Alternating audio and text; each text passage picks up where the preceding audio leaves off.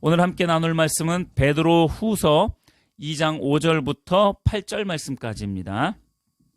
옛 세상을 용서하지 아니하시고 오직 의를 전파하는 노아와 그 7 식구를 보존하시고 경건하지 아니한 자들의 세상에 홍수를 내리셨으며 소돔과 고모라 성을 멸망하기로 정하여 재가 되게 하사 후세에 경건하지 아니할 자들에게 본을 삼으셨으며 무법한 자들의 음란한 행실로 말미암아 고통당하는 의로운 롯을 건지셨으니 이는 이 의인이 그들 중에 거하여 날마다 저 불법한 행실을 보고 들으므로 그 의로운 심령이 상함이라. 아멘. 자, 오늘 본문 말씀을 통해서 의를 전파한다는 것이 어떤 의미가 있는지 함께 살펴보도록 하겠습니다.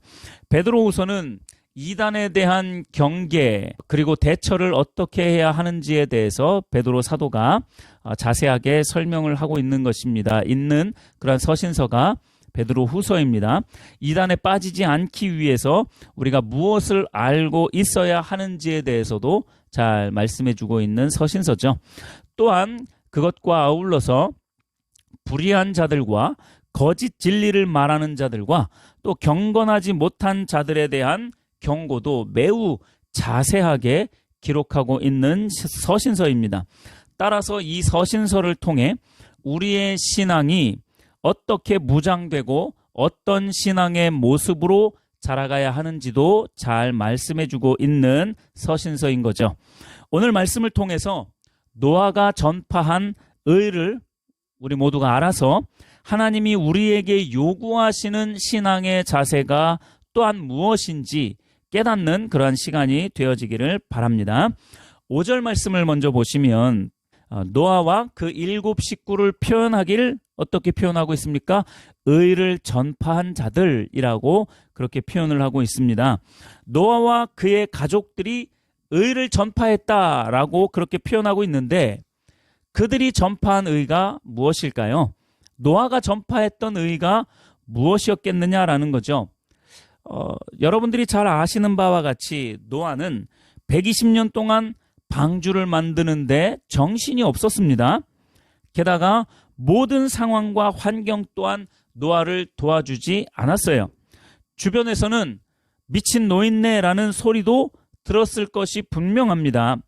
구원의 복음을 전해도 어느 누구도 듣지 않을 것은 뻔했습니다. 다가올 심판에 대한 경고를 아무리 목이 터져라 외쳐도 들을 사람이 없었다는 것을 우리는 짐작할 수 있습니다. 왜냐하면 그때 시대 상황이 너무나도 악해 있었기 때문에. 노아가 율법을 가르쳐서 의를 전파했을까요? 아니면 사람들을 한 사람 한 사람 일일이 찾아다니면서 복음을 전하는 것으로 의를 전파했을까요? 아무도 예배하지 않는 곳에서 예배하는 것으로 예배를 드림으로 의를 전파했을까요? 여러분들이 한번 생각을 해보십시오. 모든 상황과 환경은 그리고 사람들은 노아와 그의 가족들을 외면하고 있는 그런 상황이었습니다. 자, 그런 상황 속에서 노아가 어떤 의를 전파할 수 있었을까요? 한번 생각을 해보셔야 됩니다. 제가 보았을 때는 노아가 할 수 있는 게 큰 것이 없어요. 뭐 율법을 가르치거나 복음을 전파하거나 홀로 예배를 드린다거나 이러한 것으로 의를 전파했을까? 그렇지 않았을 것 같습니다. 이와 같이 사방이 꽉 막힌 상황 속에서 노아가 전파했던 의는 과연 무엇이었을까? 노아가 전한 의는 당시 사람들에게 뿐만 아니라 오늘날 우리 모두에게도 전해져야 할, 반드시 우리가 알아야 할 그러한 의인 줄 믿으시기를 바랍니다. 노아가 오늘날 우리 모두에게 전한 의가 무엇인지 잘 생각해 보면서 오늘의 말씀을 함께 묵상해 보도록 하겠습니다. 첫 번째, 그가 전파한 의는 하나님의 심판이었습니다. 그가 전했던 의는 하나님의 심판이었습니다. 히브리서 11장 7절에 보면 이런 말씀이 있어요. 믿음으로 노아는 아직 보이지 않는 일에 경고하심을 받았다. 아직 보이지 않는 일에 노아는 경고하심을 받았다라는 거예요. 이 심판의 경고를 노아가 받은 겁니다. 그것을 노아는 그 당시의 사람들에게 전파했던 거예요. 그것을 노아와 그 가족들이 의를 전파했다라고 이렇게 베드로는 표현하고 있는 것입니다. 노아는 제대로 알지도 못하고 짐작하기도 어려운 일에 대한 하나님의 경고를 받은 거예요. 그래서 방주를 만들게 되었고 경건하지 못한 자들의 세상에서 자신과 7 식구를 구할 수 있었던 것입니다. 여러분, 어느 시대를 막론하고 하나님의 심판의 경고는 항상 있어 왔습니다.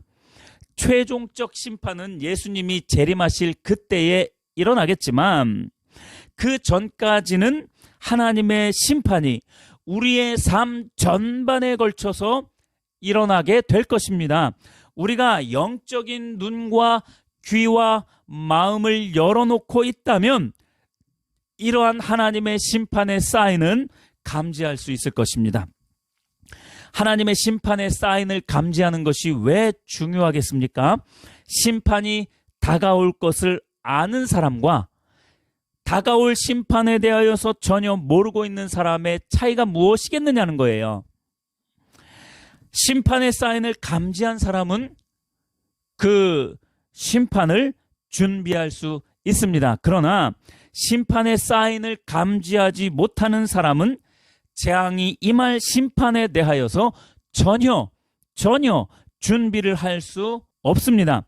마치 이탈리아의 폼페이라는 도시 잘 알고 있듯이 그 이탈리아의 폼페이라는 도시가 화산에 의하여서 순식간에 멸망당했던 것처럼 재앙에 대한 아무런 준비가 되어 있지 못하면 갑작스럽게 생각지도 못한 순간에 멸망을 당할 수 있기 때문에 이 하나님의 심판의 경고를 우리가 알 수 있어야 된다는 거예요. 그 심판의 경고를 감지할 수 있어야 한다라는 것입니다. 노아는 묵묵히 하나님의 심판을 전했어요.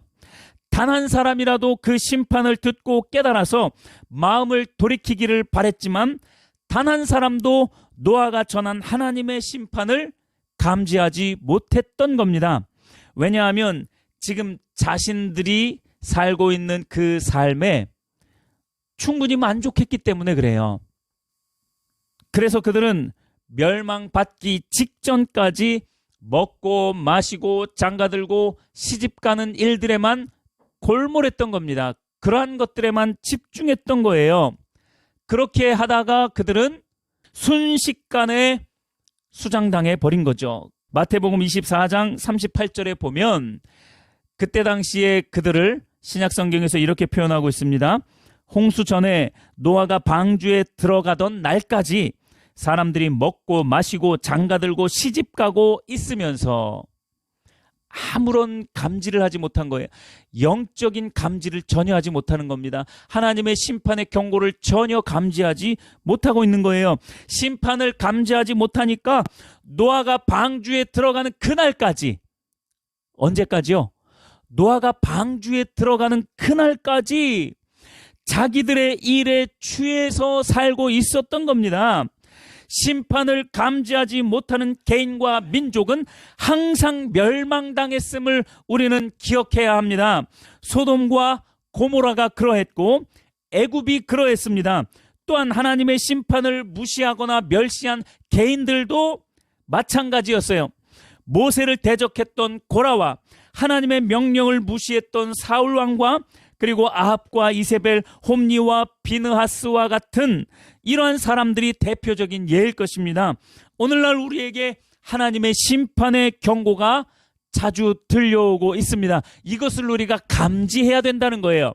이것을 감지하지 못하면 우리도 어느 순간 그 하나님의 그 심판 가운데 멸망당하는 자들이 되어질 수 있기 때문에 그렇습니다. 여러분, 우리는 그러한 영적인 심판에 대한 또는 육적인 어떠한 하나님의 심판에 대한 경고를 감지할 수 있어야 합니다. 교회가 물질과 성공을 좋아하는 그 사실 하나만으로도 하나님의 경고는 저는 충분하다라고 생각을 합니다. 목회자와 성도들 가운데 성적인 타락과 도덕적이고 윤리적인 타락은 입에 담지 못할 정도로 팽배해져 있습니다. 그것 자체만으로도 하나님의 심판의 경고는 충분하다라고 생각을 합니다. 저는 이러한 목회자와 성도들의 모습 그 자체가 하나님의 심판의 사인이라고 생각을 합니다. 이것을 감지하지 못한다? 영적으로 무지해 있는 겁니다. 오늘 우리에게 전해지고 있는 하나님의 경고와 심판이 무엇인지, 그 하나님의 심판의 경고가 무엇인지를 우리는 깨달아 알아야 합니다. 그것을 감지할 줄 알아야 한다는 거예요.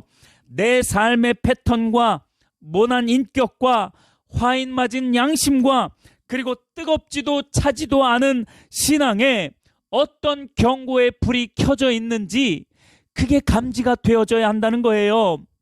그래야 코앞에 다가온 재앙의 때를 벗어날 수 있게 되어지는 것입니다. 기계든 사람이든 위험을 감지하는 이 감각 센서가 고장나게 되면 기계는 망가지게 돼요. 사람은 병들게 되거나 다치게 되거나 죽게 됩니다. 그건 당연한 거예요. 위험을 감지할 수 있어야 됩니다. 이러한 하나님의 심판의 경고에 대한 영적 감각, 그 센서가 작동되어지기를 예수님의 이름으로 축복합니다. 만일 우리 영의 위험 감지 장치가 잘 작동하고 있다면 오늘날 우리에게 전하고 있는 이 노아의 의는 제대로 전파되어진 것이죠. 그러나 만약 우리의 영의 위험 감지 센서가 제대로 작동하고 있지 못하다, 하나님의 그 심판의 경고들이 잘 파악이 안 된다, 잘 알아지지 않는다, 잘 깨달아지지 않는다, 그렇다면 노아가 그렇게 전한 하나님의 심판에 대한 그 의는 우리에게 제대로 전해지지 않고 있는 것입니다. 그러면 우리도 똑같이 노아 시대에 노아와 7 가족을 제외한 그 수많은 사람들과 같은, 다른 인류와 같은, 그 세상 사람들과 같은 똑같은 멸망에 빠지게 될 것입니다. 이처럼 노아가 전파한 의는 하나님의 심판이었어요. 그게 첫 번째 노아가 전파한 의였습니다. 하나님이 진노하기 시작하면 아무도 피할 수 없기 때문에 그 전에, 심판이 임하기 전에 자신과 교회를 돌아보고 돌이키기를 바라는 마음이 담겨있는 경고였던 것입니다. 하나님의 심판의 경고를 여러분 무시하지 않게 되기를 바랍니다. 영적 위험 감지 센서가 잘 작동해야 되는 거예요. 노아가 전한 의를 잘 깨달아 멸망당하는 자가 아닌 생명이 보존되고 유지되는 성도님들이 다 되시기를 바랍니다. 두 번째 노아가 전파했던 의는 순종의 의였습니다. 두 번째로 노아가 전파한 의는 순종의 의였어요. 그때 당시에 직접적으로 그러한 의를 전파하기가 어려웠었다니까요. 물론 그럼에도 불구하고 그렇게 했을 거예요. 그러나 이러한 식으로 노아는 의를 전파했습니다. 순종의 의를 전파했던 거예요. 희지일 찬양팀이 부른 나도 바보처럼 살래요 라는 복음송이 있습니다. 우리 아이들이 어렸을 때 굉장히 많이 불렀었어요. 차 안에서도 엄청나게 많이 불렀었고 집에서도 많이 불렀었는데, 노아를 주인공으로 하는 복음송입니다. 전체적인 가사 내용은 이렇습니다. 제가 읽어드려 볼게요. 산 위에서 세상 모르고 배만 만드는 노아, 당신 참 바보 같군요. 왜 이렇게 맑은 날 배를 만드십니까? 왜 하필 또 높은 산 위에서 이렇게 배를 만드십니까? 당신 참 바보 같군요. 눈부신 해가 하늘 높이 뜨면 비의 약속 잊을만 한데도 날마다 듣는 조롱에 그 외로운 길 포기할 만한데 당신은 어쩜 그리 묵묵히 그 길을 가십니까? 당신은 어쩜 그리 그 자리를 지켜내셨습니까? 당신 정말 바보 같군요. 당신 참 바보 같군요. 바보라고 놀리는 게 아니에요. 마지막 가사가 뭐냐면 나도 당신처럼 바보처럼 살겠습니다. 이러한 가사 내용입니다. 노아가 방주를 만드는 120년 동안 얼마나 많은 날들 동안 화창한 날이 지속되었겠습니까? 비의 약속을 받은 노아인데 그 수많은 날들 동안 화창한 날씨가 얼마나 오랫동안 지속이 되었겠습니까? 땀을 뻘뻘 흘리면서 비가 올 것을 기다리면서 방주를 만들고 있는 이 노아의 모습, 그 하나님께서 약속하신 비의 약속, 화창한 날을 보면서 그 비의 약속을 잊을 만도 한데 노아는 바보스럽게도 그 약속을 끊임없이 기억하면서 하나님의 뜻을 이루어내고 있었던 거예요. 몇 날 며칠 해만 떠 있었을 때 노아의 마음이 어떻겠습니까? 때가 되면 비를 내릴 것이라는 하나님의 약속이 무색해지는 날들이 얼마나 많았겠습니까? 여러분, 그러함에도 불구하고 노아는 순종했던 거예요. 그 순종의 의를 전파했는 줄 믿으시길 바랍니다. 그러다가 저는 또 이러한 생각을 해봤어요. 어느 날 비가 내릴 때는 또 얼마나 당혹스러웠을까? 여러분, 비가 내렸을 때 노아는 굉장히 놀랬을 거예요. 아직 배는 완성이 되지 않았는데 벌써 심판의 때가 온 건가? 하나님의 그 비의 약속이 앞당겨져서 성취되고 있는 것인가? 아마 가슴이 조마조마했을 거예요. 사람들도 놀랬을 거예요. 아마 진짜 이 홍수가 나는 것이 아닌가? 라는 그러한 놀라움이 그들에게도 있었을지도 모르겠습니다. 그런데 또 얼마 지나지 않아 날이 개는 거죠. 날이 개면 또 주변에 있는 사람들은 얼마나 많은 조롱과 비난을 노아와 노아의 가족들에게 퍼부었을까요? 순종은 이처럼, 정말로 순전한 순종은 이처럼 하기가 어려운 겁니다. 순종의 의는 쉽지 않은 겁니다. 여러분, 하나님의 말씀에 전적인 순종을 한다는 것은 꽃길만 걷는 것이 아닙니다. 순종하면 재정적인 보상과 안정이 찾아올 것이라는 매우 세상적이고 타락한 가치관을 가지고 있으면서 하나님께 온전한 순종을 한다, 불가능합니다. 노아는 온전한 순종이 무엇인지 보여주었어요. 그 순종을 통해서 의를 전파했던 겁니다. 이 순종의 의를 오늘날 우리가 배우고 알아야 하는 줄 믿으시길 바랍니다. 성경 인물 중에는 순종의 의를 몸으로 보여준 사람들이 여럿 등장합니다.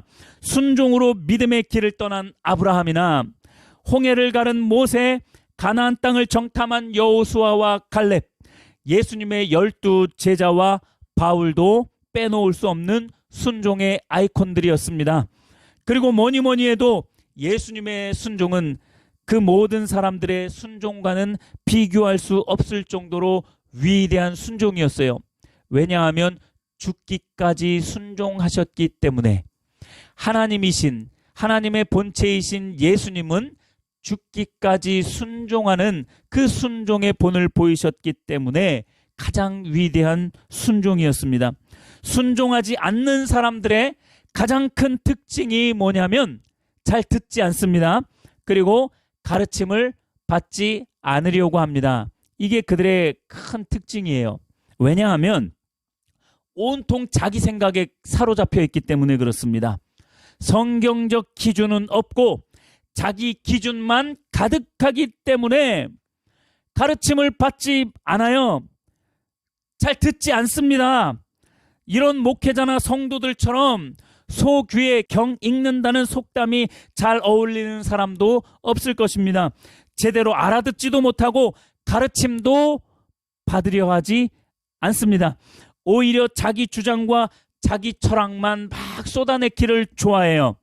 얼마나 아는 게 많은지 성경적 기준을 제시하면 들이대면 다 안다라고 생각을 해요.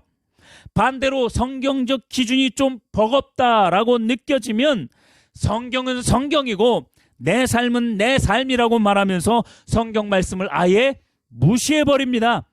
그런 자신의 태도가 하나님의 말씀을 무시하고 있다고는 전혀 꿈에도 생각하지 못하는 사람들이에요. 이러한 사람들은 순종의 의가 무엇인지 모릅니다. 순종이 뭔지를 몰라요. 이러한 상태에서 어떻게 온전한 순종의 의를 배울 수 있겠습니까? 순종은 여러분 예수님처럼 하는 것입니다. 누구처럼요? 예수님처럼 하는 거예요. 순종은 예수님처럼 하는 거예요. 죽기까지 순종하는 것이 참 순종입니다. 내게 유익이 안 되고 오히려 손해만 가득해도 하나님의 뜻이 그러하다면 순종하는 것이 순종의 의예요. 자기 주장을 내려놓고 성경의 기준을 내 뜻 위에 두는 이 겸손의 순종이 되어야 하는 것입니다. 조롱과 무시가 뒤따를 것이라는 사실이 예상되어도 순종할 수 있는 것이 참 순종의 의를 아는 것입니다. 노아가 전한 이 순종의 의를 여러분 반드시 기억하시기를 바랍니다. 이 순종의 의를 듣고 배우고 실천하지 못하면 우리는 하나님의 진노에 홍수에 쓸려 내려가 죽게 되고 말 것입니다. 세 번째, 노아가 전한 의는 삶으로 보인 의입니다. 여러분 잘 기억을 하십시오. 세 번째, 노아가 전파한 의는 삶으로 보인 의였습니다. 그리스도인들은 삶으로 하나님의 의를 보일 수 있어야 합니다. 노아의 삶이 어떠했을지를 한번 짐작해 보십시오. 짐작이 가죠. 창세기 6장 9절에 보면 이렇게 말씀하고 있어요. 노아는 의인이요 당대의 완전한 자다. 노아는 의인이었고 당대의 완전한 자였다라고 이렇게 설명하고 있습니다. 노아는 많은 사람들에게 이러한 평가를 받았어요. 적어도 삶의 내용이 사람들에게 지탄받을 만한 사람은 아니었다라는 거예요. 만약 사람들에게 존경받지 못한 자였다라면 하나님께서 노아를 절대로 쓰지 않았을 것입니다. 물론 사람들은 의롭고 완전했던 노아가 어느 날부터인가 이해할 수 없는 행동을 하기 시작하니까 조롱하면서 가까이 하려고 하지 않았을 거예요. 그것하고는 전혀 다른 이야기입니다. 노아에게 어떤 흠이 있어서 그랬던 것이 아니라 그들이 이 영적인 세계에서 일어나는 일을 전혀 이해하지 못하니까 노아를 조롱하고 비방했던 것이지 노아에게 흠이 있어서 그들이 그랬던 것은 아니라는 거예요. 노아는 처음부터 끝까지 경건을 지켰던 사람이었습니다. 의롭고 완전했던 사람이었어요. 노아가 전한 의는 분명 삶 속에서의 경건과 매우 밀접한 관계를 가지고 있음을 우리는 말씀을 통해 알 수 있습니다. 여러분 5절 말씀을 다시 한번 보십시오. 옛 세상을 용서하지 아니하시고 오직 의를 전파하는 노아와 그 7 식구를 보존하시고 경건하지 아니한 자들의 세상에 홍수를 내리셨다라고 말씀하고 있습니다. 의를 전파한 노아와 노아의 가족들을 경건하지 아니한 자들의 세상에서 건져내셨다, 보존하셨다라고 이렇게 말씀을 하고 있는 거예요. 경건하지 않은 자들의 세상에 홍수를 내리셨지만 의를 전파하는 노아와 그 7 가족들은 홍수에서 보존하셨다, 이렇게 증거하고 계시는 거예요. 하나님은 하나님의 사람과 세상을 철저하게 구분하십니다. 하나님께서 내리신 홍수는 노아에게 내린 게 아닌 거예요. 경건하지 않은 삶을 살고 있는 자들의 그 세상에 내렸다라고 성경은 분명하게 말씀하고 있잖아요. 경건하지 않는 자들, 경건하지 않게 살아가는 자들의 세상에 하나님은 홍수를 내리신 거예요. 그래서 우리는 풍랑이는 이 바다를 보고 이 세상을 보고 놀라지 않을 수 있어야 합니다. 기도하고 인내하며 물이 거쳐지는 하나님의 때를 우리는 기다리면 되는 겁니다. 그때까지 하나님께서 우리를 보존하실 것을 믿으시길 바랍니다. 순전한 믿음으로 순종의 의를 가지고 삶 속에서의 경건의 의를 가지고 우리가 만약에 살아간다면 하나님은 우리를 이처럼 노아와 같이 보존하실 것을 믿으시길 바랍니다. 또 6절을 한번 보십시오. 소돔과 고모라 성을 멸망하기로 정하여 재가 되게 하사 후세에 경건하지 아니할 자들에게 본을 삼으셨으며, 여러분 잘 보십시오. 소돔과 고모라 성의 멸망은 앞으로 경건하지 않게 살아갈 자들에게 보내는 경고의 메시지였던 거예요. 경건하지 않게 살아갈 사람들에게 보내는 경고의 메시지가 바로 소돔과 고모라 성의 멸망이었던 것입니다. 삶이 깨끗하지 못한 자들, 성적인 타락에 빠져 있는 자들, 동성애나 동성혼을 옹호하는 자들, 물질 제일주의로 살아가는 자들, 세상적 향락에 빠져 있는 자들에게 보내는 경고의 메시지가 소돔과 고모라 성의 멸망이었던 겁니다. 경건하지 못한 자들의 대표적인 행실을 불법과 음행이라고 7절과 8절에서 함축하여서 말씀하고 있습니다. 경건은 삶 속에 고스란히 녹아져 있어야 하는 거예요. 어느 순간 이 경건은 우리를 찾아오지 않습니다. 삶 속에 조금씩 녹아져야 되는 거예요. 말씀이 우리의 삶을 지배해가기 시작할 때에 경건은 우리의 삶 속에 조금씩 녹아져 가게 되는 것입니다. 말과 행동이 일치되어야 하며 삶과 신앙이 일치되어야 합니다. 내가 하는 말과 성경의 말씀이 일치되어야 하는 겁니다. 성도 여러분은 과연 삶 속에서의 경건을 유지하고 계십니까? 불의와 타협하지 않고 피 흘리기까지 맞서 싸우고 계시냐는 거예요. 정직을 삶의 모토로 삼고 있습니까? 내 인생의 주인이 내가 아닌 하나님이 맞습니까? 이 모든 질문에 저와 여러분들은 삶으로 아멘 해야 된다는 거예요. 이게 노아가 전했던 삶으로 보여준 경건의 의였던 겁니다. 이것을 우리에게 전파하고 있는 거예요. 이것이 노아가 삶으로 전한 의였던 것입니다. 우리도 이 노아가 전파한 이 삶으로 전파한 경건의 의를 우리의 몸에, 우리의 영에 체득해야 되는 거예요. 그래야 우리는 멸망에 빠지지 않는 자들이 될 수 있는 것입니다. 끝으로 한 부분만 살펴보고 말씀을 마무리하도록 하겠습니다. 노아가 전파한 의는 또한 베드로가 전파하고 싶었던 의였습니다. 그렇기 때문에 베드로가 이 베드로 후서에서, 베드로가 죽기 얼마 전에 쓴 서신서가 베드로 후서거든요. 항상 죽기 전에 쓰는 글은 간절함이 있어요. 가장 중요한 것들을 포함시키고 있습니다. 바울 사도도 마찬가지였잖아요. 죽기 전에 썼던 것들, 그러한 모든 내용들은 간절함을 담고 있습니다. 이 사도 베드로의 간절함이 무엇이었는지를 한번 살펴보십시오. 베드로는 이 베드로 후서를 통해서 노아가 전파했던 그 의를 강조하면서 결론적으로 우리가 어떤 신앙인이 되어서 어떤 신앙의 길을 걸어야 할지를 설명해 주고 있어요. 베드로후서 3장 11절 중간부터 12절 초반부까지 여러분들도 한번 찾아보시면 좋을 것 같습니다. 너희가 어떠한 사람이 되어야 마땅하냐?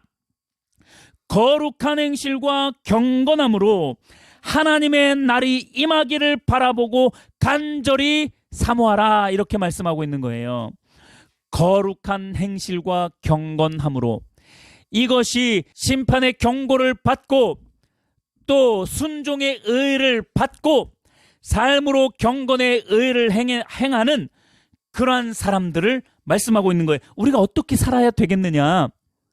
오늘 전한 그 세 가지의 의, 그것을 함축하고 있는 것이 이러한 부분인 거예요. 결국은 거룩한 행실과 경건함으로 하나님의 때를 간절히 사모해라. 이처럼 혼란스럽고 오늘날처럼 혼란스러운 시대가 또 있었을까?